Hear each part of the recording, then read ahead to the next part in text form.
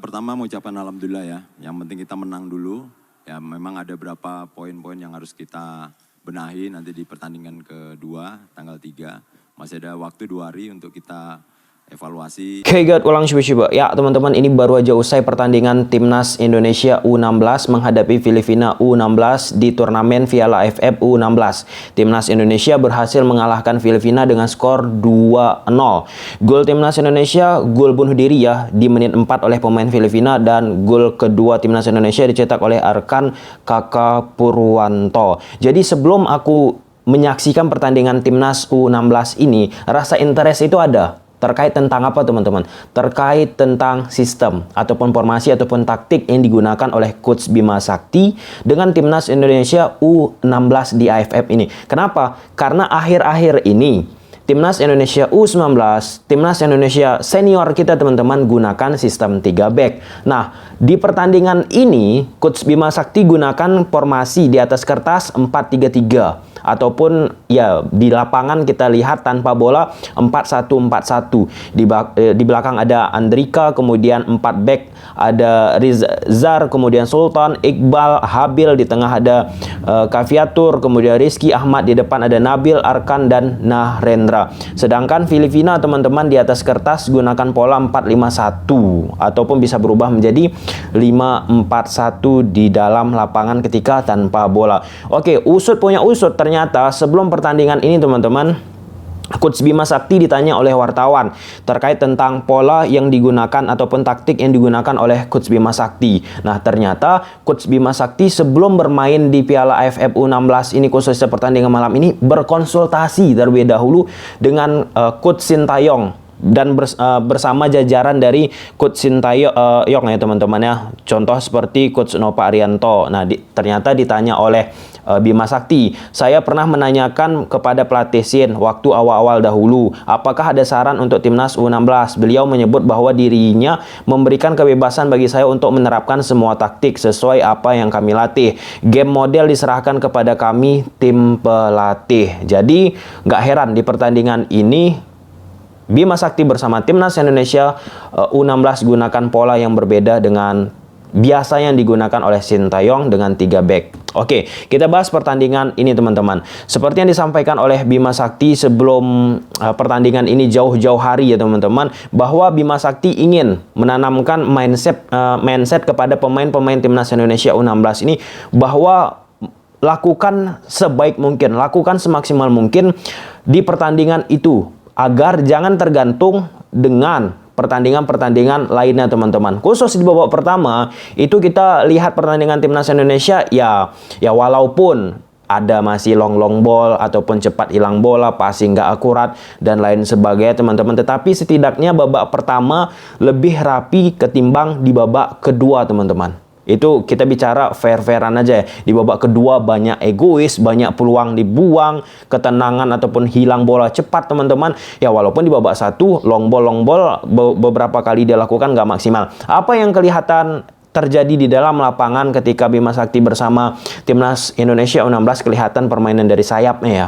Ketika melakukan long ball, ada pergerakan tanpa bola datang, kemudian melakukan crossing untuk menciptakan peluang. Namun dari itu semua teman-teman, kita ya taktik memang perlu, tapi ini kan masih usia 16 tahun teman-teman. Yang perlu kita lihat tuh bagaimana usia mereka ini bertahap nanti akan masuk ke timnas senior, dijaga pemain-pemain ini. Nah, mungkin salah satu pemain yang kelihatan berbeda banget ya daripada beberapa pemain timnas Indonesia terkait tentang profil permainan, ketenangan dan lain sebagainya teman-teman, yaitu sang kapten dari Timnas Indonesia, yaitu Iqbal, nomor 21 center back teman-teman. Itu berbeda banget lah. Contohnya ibaratnya dia itu kayak Marcelino Ferdinand bermain di Timnas Indonesia U19 kemarin. Walaupun umurnya nggak 19 tahun, tapi dia bisa memberikan sesuatu yang berbeda. Iqbal,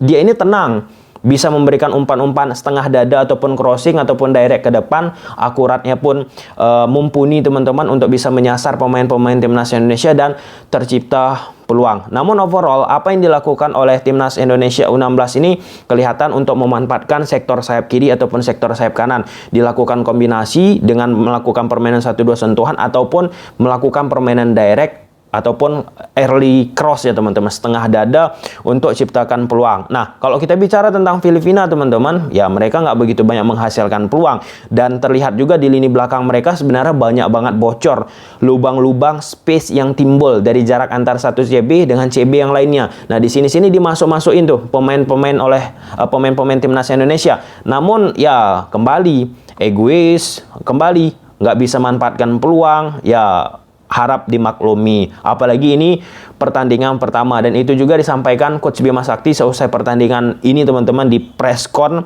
bahwa ya ada beberapa kesalahan yang harus dievaluasi, tapi setidaknya kata Coach Bima Sakti ya teman-teman, tapi setidaknya pada pertandingan ini timnas Indonesia bisa menang dulu. Karena suka tidak suka teman-teman, di pertandingan pertama hampir di semua turnamen, bukan hanya sekelas AFF, Piala Dunia pun kalau misalnya pertama pertandingan itu bakalan mengalami kesulitan, dan itu dialami oleh beberapa pemain yang dikatakan juga bahwa ada nervous, ada tegang. Ini pertandingan pertama ya yang disampaikan oleh Coach Bima Sakti, pertandingan internasional yang dilakukan oleh pemain timnas Indonesia U16 ini. Nah, namun ada salah satu yang penting juga sih yang disampaikan oleh Coach Bima Sakti, bahwa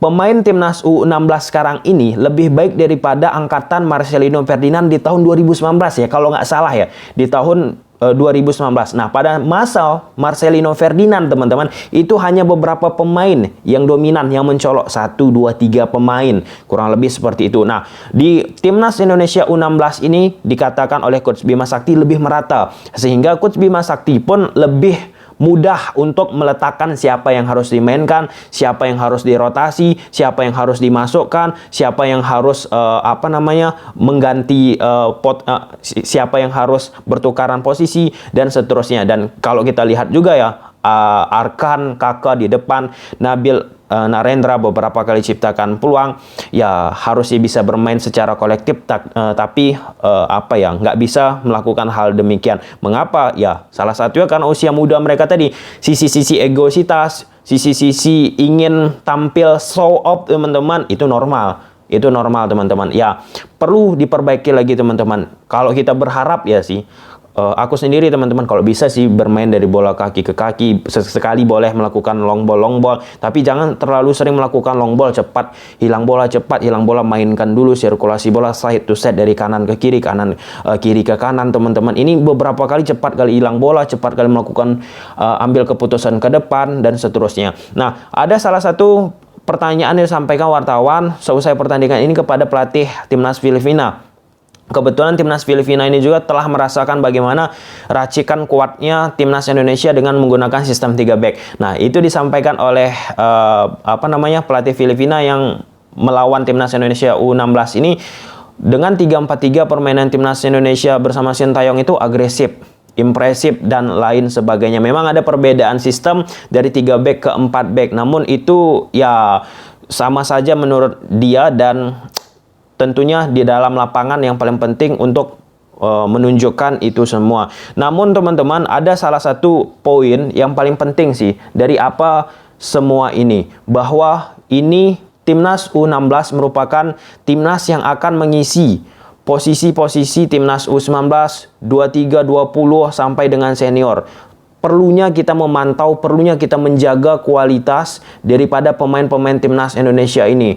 Bukan hanya ya sekedar ada turnamen U16 ini, kemudian selesai turnamen ini mereka ini nggak dikelola, mereka ini tidak dibina, mereka ini tidak memiliki kompetisi yang kompetitif bisa dijalankan. Itu sangat disayangkan teman-teman. Namun itu semua yang perlu lagi dicermatkan, bahwa ya Indonesia terlalu banyak lari. Suka tidak suka teman-teman, terlalu banyak lari yang nggak penting menurut aku ya teman-teman. Walaupun ada beberapa yang jogging, tapi tadi sore pertandingan Persija menghadapi Persis, Thomas Doll, pelatih Persija teman-teman, dia baru nih merasakan kultur sepak bola Indonesia. Dia katakan di babak 1 itu Persija Jakarta terlalu banyak lari. Fakta ya teman-teman, ini udah berkali-kali aku sampaikan. pemain timnas Indonesia yang pergi ke luar, bermain di liga luar, balik ke Indonesia, itu udah dirasakannya. Di kompetisi di luar, itu nggak banyak lari, bermain sepak bola yang benar. Passing, kontrol, taktik, pemahaman harus benar. Nah, di Indonesia, kalau bisa langsung beri bola ke depan, ada pasti itu orang di depan. Eksploitasi aja pemain itu di depan. Jadi, efeknya apa? Cepat hilang bola dan bola pun dikuasai oleh lawan. Nah, permainan-permainan bermain dari bawah konstruktif, proaktif teman-teman untuk bisa menguasai bola. Ya walaupun boleh sesekali melakukan crossing, harusnya lebih bisa dimaksimalkan. Namun di garis bawahi, ini masih pertandingan pertama. Kita lihatlah pertandingan-pertandingan berikutnya teman-teman, timnas Indonesia di Piala AFF U16 ini bagaimana nasibnya. Namun menarik juga kita lihat apakah Coach Bima Sakti mampu membawa timnas Indonesia U16 ini melaju untuk memperoleh gelar di turnamen ini. Walaupun sekali lagi teman-teman, kalau kita bicara kelompok usia, nggak usah lah bicara tentang target ekspektasi terlalu besar, nanti pemain pun jadi terbebani. Namun kita cukup menarik untuk melihat itu semua. Oke, sampai sini aja videonya teman-teman. Bye.